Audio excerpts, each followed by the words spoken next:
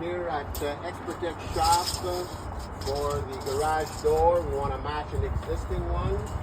So this is the garage door. So come on in, as you know, and have a look. See that it is 12 feet wide. And now go back again. I'm going to take the height dimensions.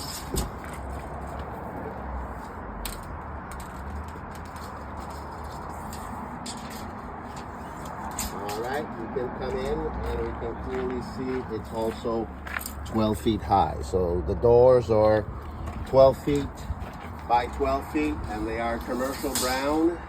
And we should have the windows at the second panel from the top. Over and out. Roger.